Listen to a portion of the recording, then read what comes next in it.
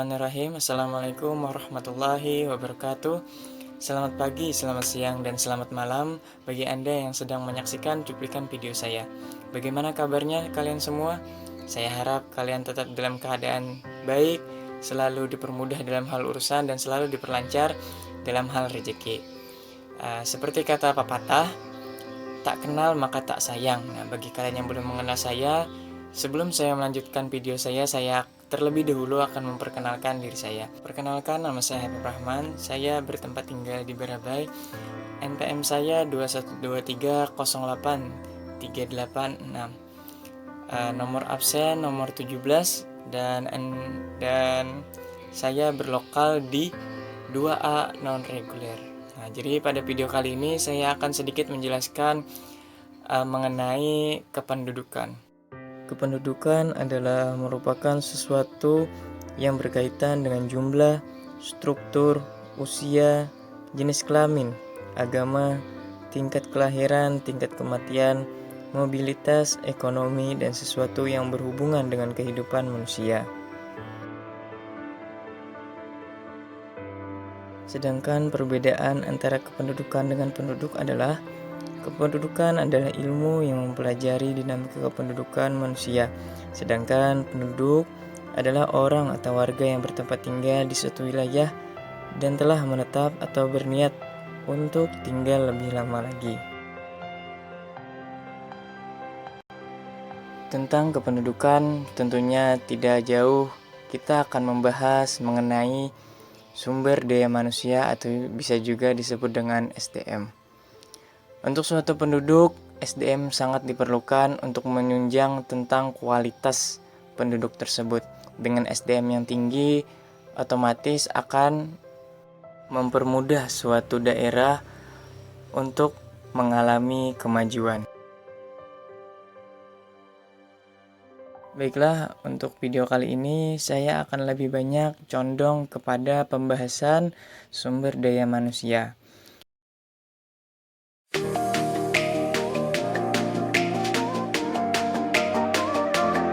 Sumber daya manusia terdiri dari dua hal, yaitu daya fisik dan daya pikir, yang nantinya akan menentukan kemampuan manusia. Dalam suatu aktivitas, manusia adalah unsur utamanya. Tidak peduli meskipun banyak peralatan canggih yang sudah bisa bekerja secara instan.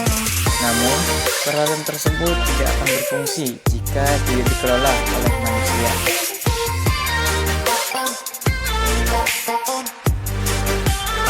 Setiap perusahaan atau organisasi mengharapkan atau menginginkan bahwa sumber daya manusia yang dimilikinya memiliki kualitas yang bagus.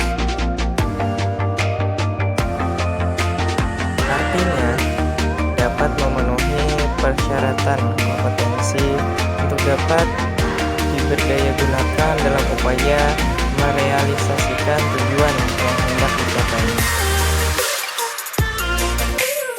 Untuk itu, maka SDM harus dilakukan pengembangan dan juga dijaga agar seluruh fungsi dalam organisasi bisa berjalan secara seimbang. Dapat dua macam tujuan manajemen sumber daya manusia, yaitu tujuan umum dan tujuan khusus. Untuk tujuan MSDM secara umum, yaitu mengoptimalkan produktivitas para pekerja yang ada pada suatu organisasi atau lembaga.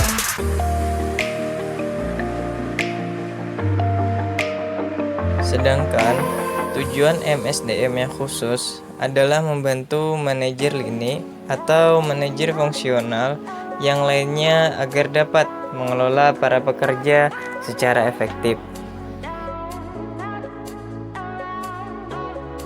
Dengan kata lain, tujuan MSDM bisa dikatakan untuk 1. Meningkatkan efektivitas, 2. Meningkatkan efisiensi, 3. Meningkatkan produktivitas, 4.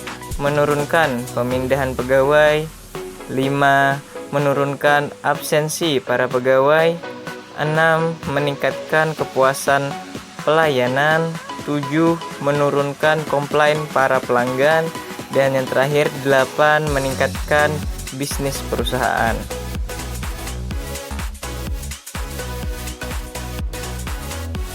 Dan suatu hal yang dapat meningkatkan kesuksesan selain SDM dalam suatu perusahaan atau organisasi, yaitu adalah tentang kerjasama atau teamwork dalam penyelesaian sebuah masalah.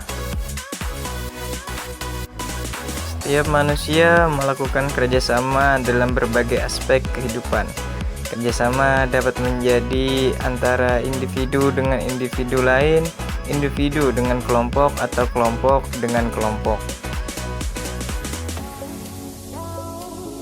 Sebagai makhluk sosial, sudah sepatutnya setiap manusia saling membantu dan bekerja sama.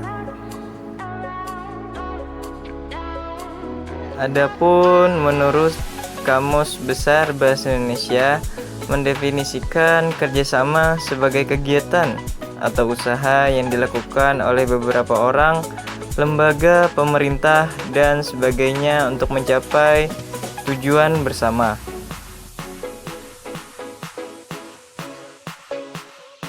Dari pengertian yang baru saja dijabarkan, dapat disimpulkan bahwa kerjasama adalah keinginan untuk bekerja secara bersama-sama dengan individu lain secara keseluruhan dan menjadi bagian dari kelompok dalam mencapai kepentingan bersama. Dan untuk kerjasama itu sendiri terbagi menjadi 3. Yang pertama ada kerjasama primer. Kerjasama primer adalah kerjasama yang dilakukan dalam kelompok terdekat, yaitu keluarga. Di dalam kelompok-kelompok ini, individu cenderung membaurkan diri dengan individu lain di dalam kelompok, dan setiap individu hendak berusaha menjadi bagian dari kelompoknya. Yang kedua, ada yang dinamakan kerjasama sekunder. Kerjasama sekunder merupakan kerjasama yang terjadi di lingkungan sekunder seperti lingkungan kerja atau organisasi kemasyarakatan. Sikap individu dalam kerjasama sekunder lebih individualis dibanding. Yang ketiga, kerjasama ada yang dinamakan kerjasama dalam kerjasama sekunder, bentuk lebih kerjasama dalam kerjasama pekerjaannya dilonggarkan dan mudah kedekatan antara ini anggota. Dapat menjadi bila alat penyatu tidak membantu masing-masing pihak dalam mencapai tujuannya. Dalam contoh kerjasama tersier adalah hubungan antara murid yang ditengahi oleh guru BK dengan orang tua. Sedangkan untuk kerjasama sendiri telah kita ketahui berbagai fungsinya, yaitu yang pertama, pekerjaan lebih cepat selesai. Yang kedua, pekerjaan yang diselesaikan bisa memberikan hasil lebih baik. Yang ketiga, meningkatkan kekompakan tim. Yang keempat, memupuk sense of belonging. Yang kelima, meningkatkan kualitas komunikasi antara anggota tim. Yang keenam, membantu mempercepat selesainya pekerjaan bersama-sama. Yang ketujuh, menumbuhkan rasa saling menghormati. Yang kedelapan, menghargai kemampuan setiap orang. Yang kesembilan, pemerataan pengetahuan dan kemampuan. Dan yang ke-10, saranan belajar untuk anggota tim yang lain. Untuk ke-11, menumbuhkan jiwa kepemimpinan. Yang ke-12, meningkatkan rasa toleransi.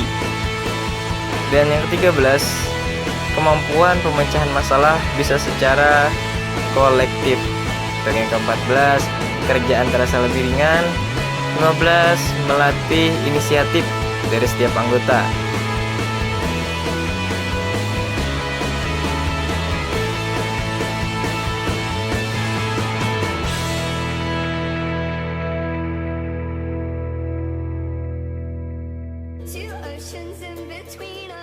Tentu saja manfaat kerjasama tim ini hanya bisa terjadi jika ada kesempatan bersama untuk bekerja saling membantu, sehingga semua persoalan dan pekerjaan yang dihadapi benar-benar dibagi sesuai dengan porsi dan kemampuan kerja.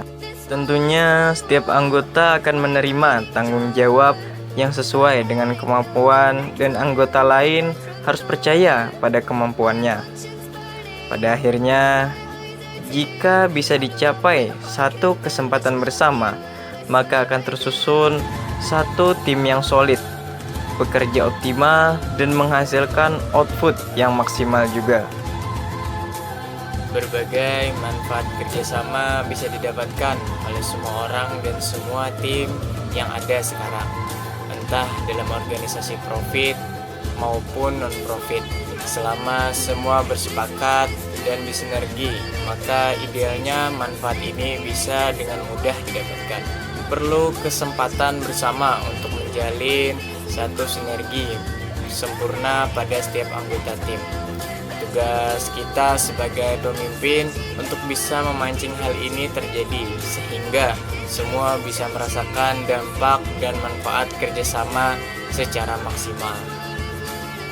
Baiklah teman-teman, dari cuplikan yang baru saja kalian lihat, ada dua hal yang memang saya bahas. Yang pertama tentang SDM atau SDM, dan juga yang kedua yaitu adalah tentang kerjasama. Memang secara kita tidak bisa memisahkan antara dua hal ini. MSDM sebagai salah satu penunjang untuk berlangsungnya suatu kegiatan yang direncanakan. Nah, sedangkan kerjasama digunakan untuk lebih mendorong kegiatan tersebut berjalan sesuai rencana dan sesuai waktu yang memang sudah direncanakan oleh MSDM. Untuk MSDM sendiri saat ini lebih sulit ditemukan karena pembentukannya diperlukan dari individu per masing-masing orang. Nah, sedangkan kalau sudah terjadi pembentukan SDM, maka kerjasama lebih mudah dibentuk atau dibangun karena sudah memiliki kebiasaan kelihayan dalam suatu hal yang diprogramkan. Mungkin hanya sampai sini saja cuplikan video yang saya sampaikan.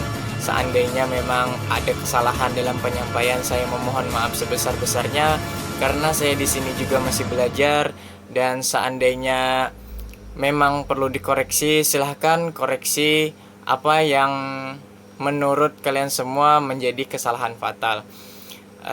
Saya pamit undur diri. Wassalamualaikum warahmatullahi wabarakatuh.